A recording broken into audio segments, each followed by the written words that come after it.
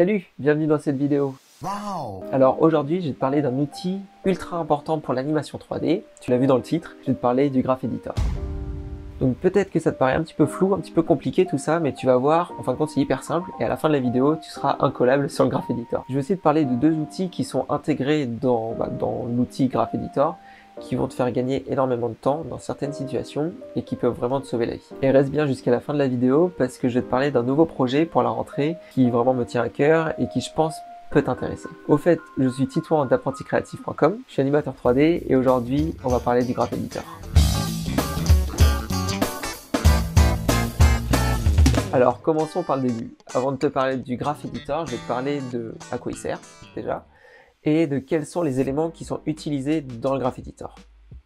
Donc j'imagine que tu le sais déjà, mais le 3D dans animation 3D, c'est pour 3 dimensions. Comme en animation 2D, où il y a largeur et hauteur, mais ce qui est en plus dans la 3D, c'est la profondeur. On appelle souvent ces axes X, Y et Z.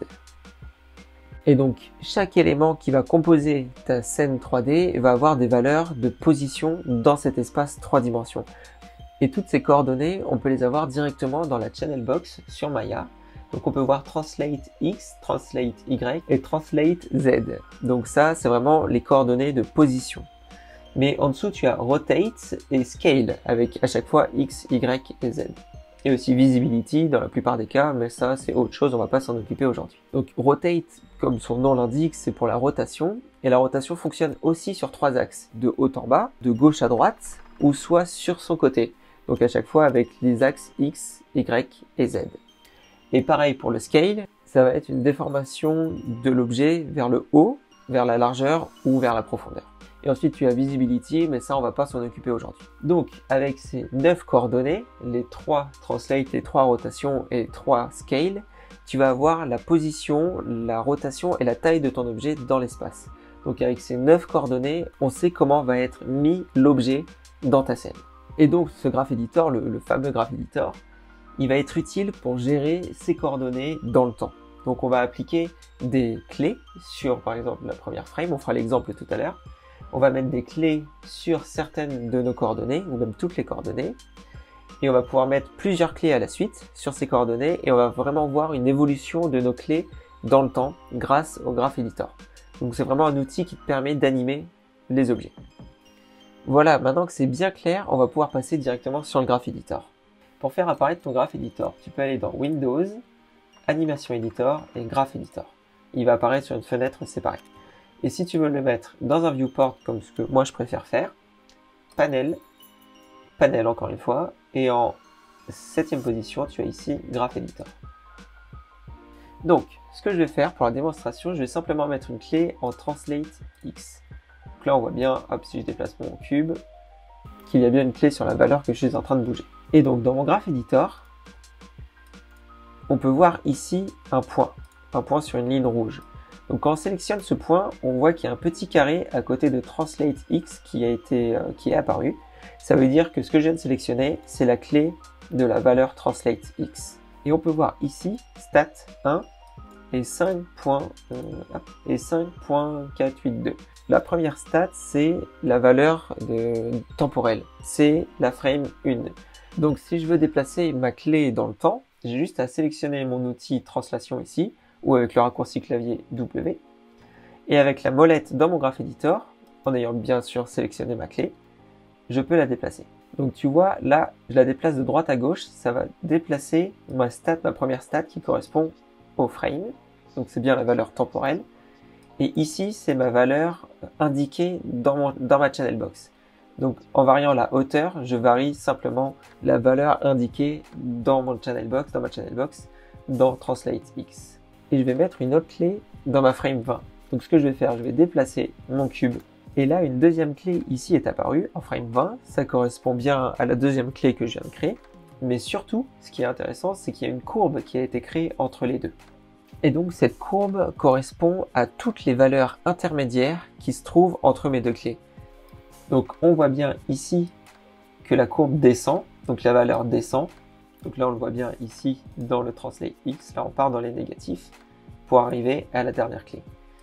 Et si je veux rajouter une clé au milieu, j'ai juste à faire soit clic droit, key selected, soit S. Mais S, ça va poser une clé sur toutes mes valeurs. Pour l'instant, je préfère qu'on se concentre sur une seule coordonnée.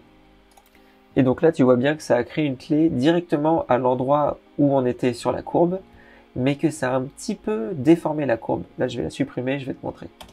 Tu vois là, une courbe bien droite. Et quand on fait une clé, ça lui fait une forme un petit peu cassée. Donc ça, c'est par défaut dans Maya. Je ne sais pas pourquoi ils font ça, parce que c'est vraiment pas intéressant de travailler comme ça.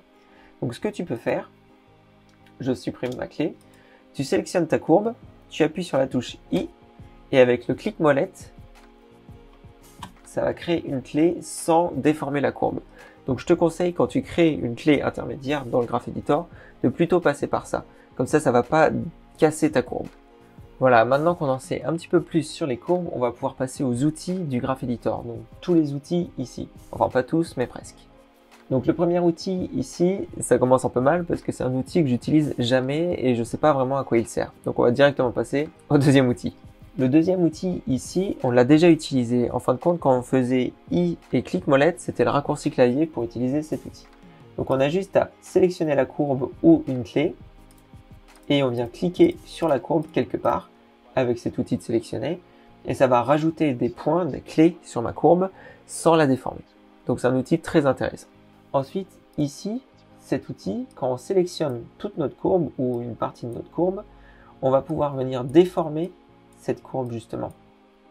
Ensuite, tu as ici l'outil Scale, donc ça va simplement déformer toutes tes clés, ou tout du moins toutes les clés que tu as sélectionnées en hauteur et en largeur. Et enfin, cet outil qui est un outil très intéressant qui te permet de retimer, donc de modifier la temporalité de ta courbe. On va faire double-clic pour créer un contrôleur, un deuxième plus tard, et quand on vient sélectionner ces contrôleurs et les déplacer, ça va retimer toute notre courbe. Et on peut aussi créer, par exemple, en plein milieu, un autre contrôleur, et on va venir déformer la courbe sur la largeur pour la retimer. Si je veux créer un contrôleur ici, je peux, et voilà, je peux vraiment retimer toute ma courbe. C'est un outil que j'utilise très peu, parce que c'est tout aussi rapide de sélectionner tes clés et les déplacer avec l'outil Translate, avec W ici. Mais voilà, cet outil existe et il est très très performant. Ensuite, on a ici les deux boîtes dont on a parlé tout à l'heure avec ma première valeur temporelle, avec ma frame, et ma deuxième valeur. On voit ici que ma première valeur, 45, a une petite astérix parce que c'est pas un nombre entier, c'est-à-dire que c'est pas sur une frame précisément. Là, on est sur la frame 45, mais ma clé, elle n'est pas exactement sur 45, elle est un petit peu plus tard. Donc on verra plus tard comment régler ce problème assez facilement. Ensuite, on a ici trois outils. Le premier outil sert à faire en plein écran, voir ta courbe ou tes courbes en plein écran. Le deuxième outil ici est un petit peu similaire, mais au lieu de mettre ta courbe en plein écran, il va mettre toute ta zone d'animation en plein écran. Donc en gros ici de 1 à 120. Et enfin, le dernier outil permet de mettre la frame sur laquelle tu es en ce moment en plein centre de ton écran. Donc, si je me déplace, ça remet au centre. Ensuite, on a ici ces outils qui sont, je pense, les plus intéressants du Graph Editor. Ça va te permettre de modifier la courbe, le mode de courbe de ton animation. Le premier mode que tu as, c'est le mode automatique. Donc c'est celui par défaut sur Maya en général. Ça va calculer une courbe qui est normale, qui est à peu près naturelle quand tu vois toutes tes clés alignées. Si tu as trois courbes, par exemple comme ça, avec une courbe au milieu, les tangentes que tu vois ici sont baissées pour à peu près aligner les 3 points. Mais si tu as deux points alignés, deux clés alignées à la fin, au même niveau, la courbe entre les deux va être plate. Et donc quand tu passes au deuxième mode, ici, on va bien voir la différence, ce mode-ci va calculer ta courbe pour qu'elle soit la plus douce possible, qu'il n'y ait pas de courbe un petit peu cassée. Donc là, par exemple, on voyait dans le premier mode que les deux points à la fin faisaient une courbe plate. Et bien là, ça va arrondir ta courbe pour qu'elle soit plus douce jusqu'à la fin, quitte à ce qu'elle ne soit pas plate à la fin. Ensuite, tu as le troisième mode, mais pour être honnête, je connais pas vraiment la différence entre le deuxième et le troisième, donc je l'utilise très peu. Le mode suivant, c'est celui-ci, donc c'est une clé avec une droite après. Ça va simplement créer des droites entre tous les points. Donc là, on n'est pas du tout sur une courbe courbée, justement. On est vraiment sur des lignes droites entre chaque clé. Ensuite, on a ce mode-ci qui est le mode avec la courbe par défaut de Maya, c'est-à-dire une courbe douce au début et à la fin et plus accélérée au milieu. Donc là, entre chaque clé, tu vas avoir cette courbe. Donc ça fait vraiment un truc bizarre. On l'utilise très peu parce qu'on a très peu d'occasion de l'utiliser. Mais voilà, ça existe. Ensuite, on a ici le step mode, le fameux step mode qu'on utilise tout le temps dans le blocking ou dans le layout, donc dans les premières étapes d'animation. Si ça te dit rien, j'ai déjà fait une vidéo à ce propos, je te la mets en fiche ici. Donc ce que ça va faire, ça va garder ta courbe au niveau de ta clé, donc elle va garder les valeurs de ta clé jusqu'à la clé suivante, et ça va sauter à la clé suivante. Par exemple, si je fais la lecture, tac, on voit bien qu'elle est fixe entre chaque clé. Et enfin, on a ici le dernier mode qui, pour être honnête, je ne sais pas exactement à quoi il sert non plus. Donc celui-ci aussi, je l'utilise très peu.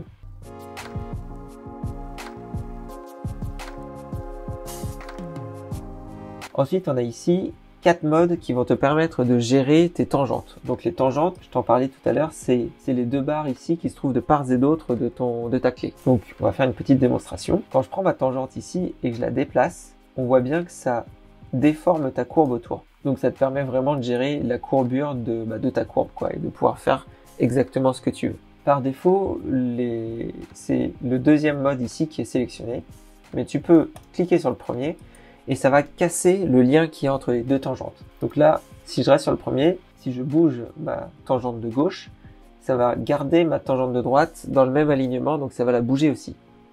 Si je souhaite casser ce lien entre les deux, je clique ici, ça va passer mes tangentes en pointillés et je vais pouvoir déplacer ma première tangente sans affecter la deuxième.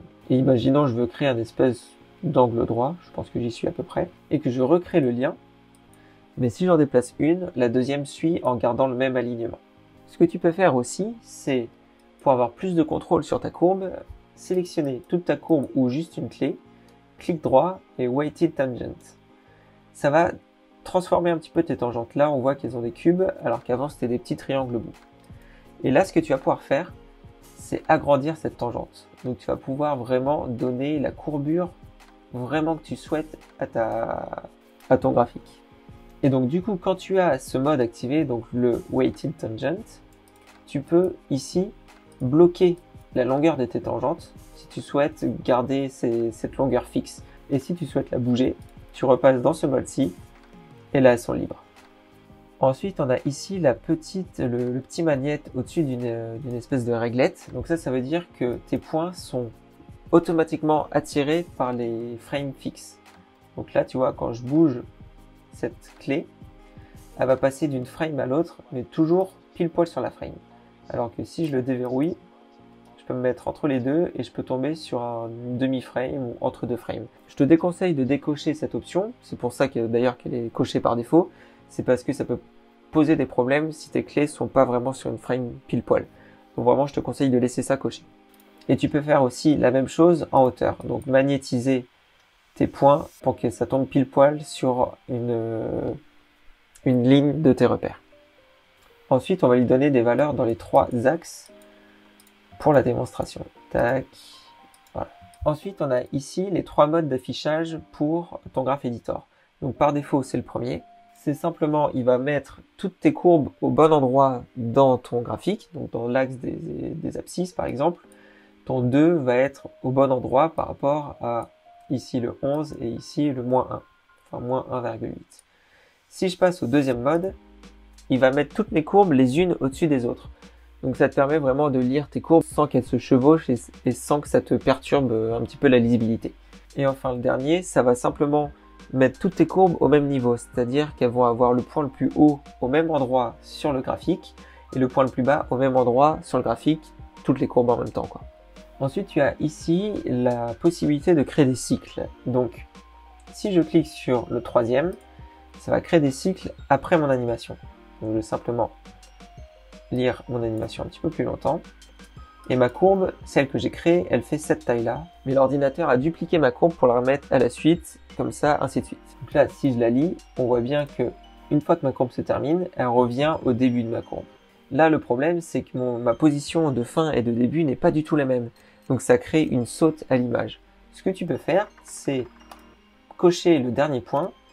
Et ce que ça va faire, c'est que ça va repartir du point où tu es pour ajouter la courbe que tu avais créée. Donc c'est un petit peu difficile à expliquer comme ça à l'oral, mais visuellement, tu vas tout de suite comprendre. Donc tu vois, au lieu de repartir au début, il va continuer ma courbe depuis le point où j'étais. Donc ça va simplement déplacer mon animation dans l'espace. Maintenant, en bougeant toutes mes courbes, là, j'ai fait quelques erreurs. C'est-à-dire que j'ai mis des clés qui ne sont pas sur des frames précisément. Donc tout à l'heure, je t'avais dit qu'il y avait un moyen très simple de corriger ce problème. Donc c'est un outil qui est dans le Graph Editor, qui est ici, Edit, Snap. Et ça va venir placer toutes les clés que tu as sur ta courbe sur une frame précise. Donc c'est sur la frame qui est la plus proche de ta position de clé actuelle. Dès que tu fais par exemple, comme j'ai fait tout à l'heure, scaler toute ton animation, ou quand tu changes de framerate, là, quand tu passes de 24 fps à 25 fps, là tu vois ici mes clés sont légèrement décalées de la frame pile poil. Donc tu as juste à faire Edit, Snap, et ça vient déplacer toutes tes clés pile poil sur une frame. Donc c'est un outil très intéressant à garder en tête. Vraiment, il peut te faire gagner énormément de temps. Et le deuxième outil dont j'ai envie de te parler, c'est le Healer Filter. Donc il s'utilise de la façon suivante. Imaginons, j'ai envie de faire une animation où mon cube part de plat, où il est à plat, il saute un petit peu plus loin, il est sur son arête, et il retombe à plat, on va dire comme ça, sur le même côté où il était. Le problème, c'est que j'ai passé énormément de temps à faire cette animation, et j'ai un petit peu manipulé mon cube dans tous les sens pour lui faire obtenir, tu vois, cet angle-là en dessous. J'ai peut-être fait genre ça plein de fois, et sans faire gaffe, en fin de compte, j'ai créé des valeurs ici, 1487, qui sont hyper grandes, et en fin de compte, quand je joue mon animation, bah, mon cube ne fait pas simplement saute, se déplace sur l'arête et retombe. Là, tu vois, il tourne un petit peu dans tous les sens. Et ça, c'est quelque chose qui arrive très souvent quand tu passes beaucoup de temps à faire des animations de bras, des choses comme ça. Et ton bras, au lieu de faire, par exemple, ça à ça, ben, il va partir dans l'autre sens, il va faire le tour et il va tomber comme ça. Donc, ce que tu peux faire, c'est sélectionner ton objet ou juste une courbe et faire Curve, Healer Filter. Et ça va venir corriger ton animation et rapprocher la valeur de tes clés pour pas que ça fasse de tours insensés, quoi. Donc voilà, c'est l'Healer Filter, un outil ultra important qui va te faire gagner un temps fou, et parfois tu vas avoir des animations qui vont faire n'importe quoi, et cet outil va te sauver la vie. Mais attention, cet outil, son objectif, c'est d'enlever les rotations pour que l'objet garde toujours plus ou moins la même orientation sans qu'il tourne sur lui-même. Donc par exemple, si tu veux faire un front flip, comme on avait fait dans la vidéo justement comment faire un salto en animation, il ne faut pas utiliser cet outil, sinon il va t'enlever la rotation et il va simplement te faire partir de tout droit, te pencher et revenir tout droit en passant en arrière. Il va empêcher le 360 degrés. Donc c'est un outil qui est très utile, mais il ne faut pas l'utiliser tout le temps, sinon ça peut casser un petit peu l'animation que tu avais essayé de mettre en place. Donc voilà comment on utilise le Graph Editor. Donc tu vois, c'est un outil ultra important, ultra intéressant pour l'animation, mais il faut pas passer sa vie dedans.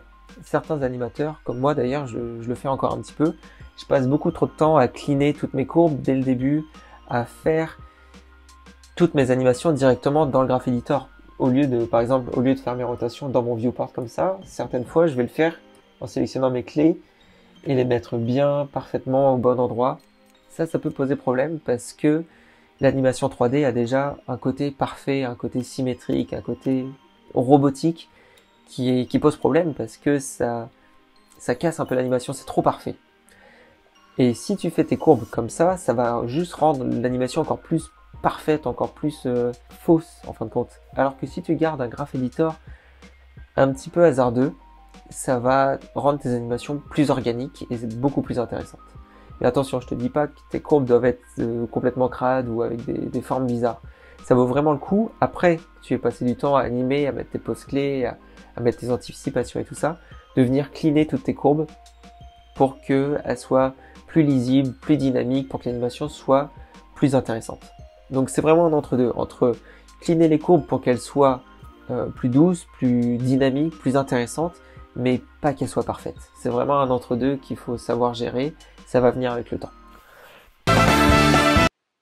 Je t'en parlais en début de vidéo, mais sur apprenticreatif.com, pour la rentrée, on a un nouveau projet. D'ailleurs, si c'est la rentrée pour toi aussi, avec le boulot ou les études, bonne rentrée à toi. Mais donc, sur apprenticreatif.com, on a ce projet qui est de toutes les semaines, tous les lundis, tu reçois sur ta boîte mail un conseil, une anecdote, un tips, quelque chose que je te partage qui va t'aider à te lancer dans l'animation 3D.